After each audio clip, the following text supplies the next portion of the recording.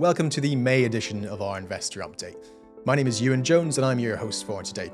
Joining me is Pacome Breton, a familiar face for many of you. So Pacome is Head of Portfolio Management here at JP Morgan Personal Investing. Hey Ewan, great to be here.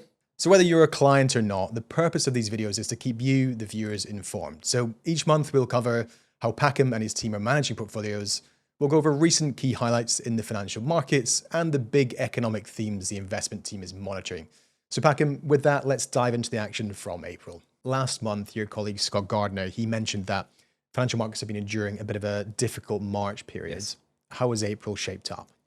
So April was almost the opposite of what we saw in March, with assets really rebounding from the March losses. And interestingly, the ones that were hurt the most during the month of March were usually the ones to rebound the most as well in the month of April. So it was really a good month for portfolio overall, and everyone with with money invested in the market.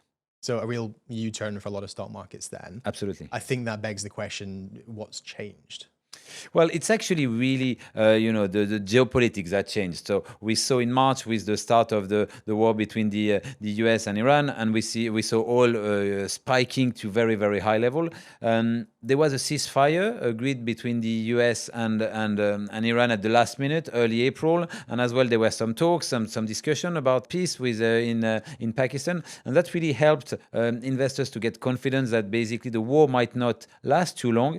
Even if there is still a lot of unknown in this. And we saw oil price going down, even if in reality it actually came back up a bit towards the end of April. But yeah, that gave confidence that basically, it might not be as long as feared. And as well, investors could focus a bit more on the market fundamentals and just, get away a bit from the day-to-day volatility and news flow. Yeah, so I mean, if we zoom out, look at the first 4 months of the year so far, actually a pretty positive story for financial markets.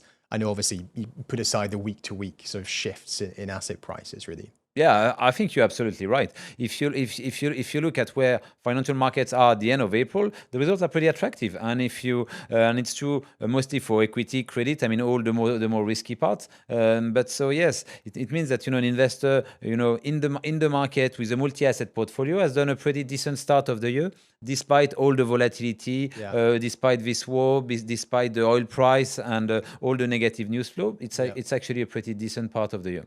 Okay, so last month, Scott outlined that the reduced flow of oil through the Middle East is pushing up oil prices. What's the current state of play now? We're towards the end of April. With the ceasefire, oil price going down quite significantly. But with renewed tension during the months, the blockage of the Strait of Hormuz by the U.S. Navy, clearly we saw oil price spiking again, which has a direct impact on consumers. People, especially even more than anywhere else in the U.S., see the price of oil to fill up their car is pretty expensive, and so that creates the risk of on consumption. And so that's what we saw, and as well it impacts as well Asia somehow. The Strait of Hormuz is 25% of the flow overall of oil globally. So yes, the impact is real. For now, it's been still relatively contained, but we see it spiking higher towards the end of the month. And what do you think that means for the inflation picture going forwards?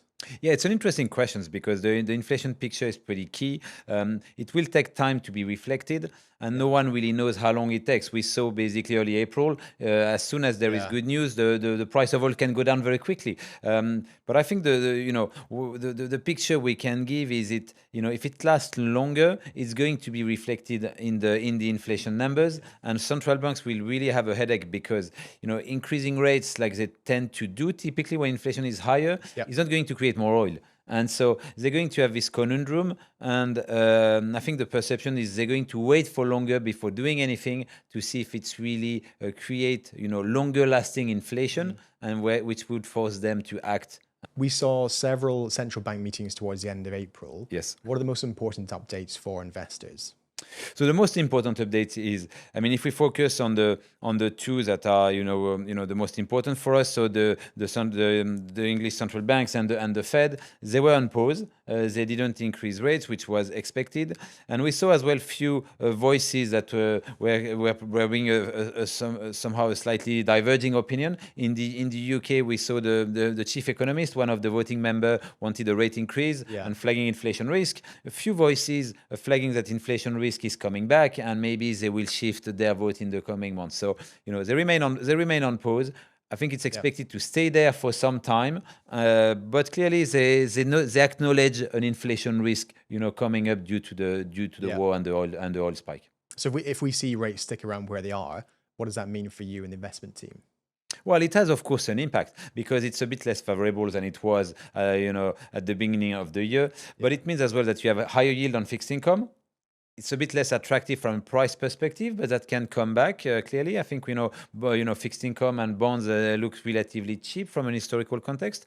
And as well on the risky assets, it means that maybe the help you might get from lower rates is maybe not as strong as expected, but it's still relatively attractive overall.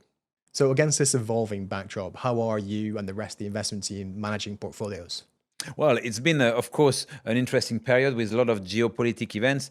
But in this environment, you really, and that's what we do, really, we want to focus on the fundamentals. The impact of the war in Iran hasn't changed for us the fundamental massively. Of course, the oil spike is something into consideration. But so for us, we kept our portfolio allocated. We don't think a US recession is coming. And we want to be still, long risky assets, which we've been, and so we kept our portfolio as they are. We increased some position at the margins that were impacted too much, we thought, in March, but so we've kept our long-term focus overall. So I mean, year to date, things have been actually pretty positive from a financial markets perspective. That's true. But it's been a bit of a roller coaster at times.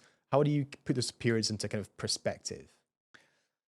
I think, as I said, is basically the geopolitics has a very short-term impact on markets, but as well, it doesn't mean that it's going to last very long. And so you really need to be clear with the way you allocate. If you allocate for the long term and things don't change fundamentally, why trying to change it massively? Right? Trying to be, we don't want to be, we're not day traders.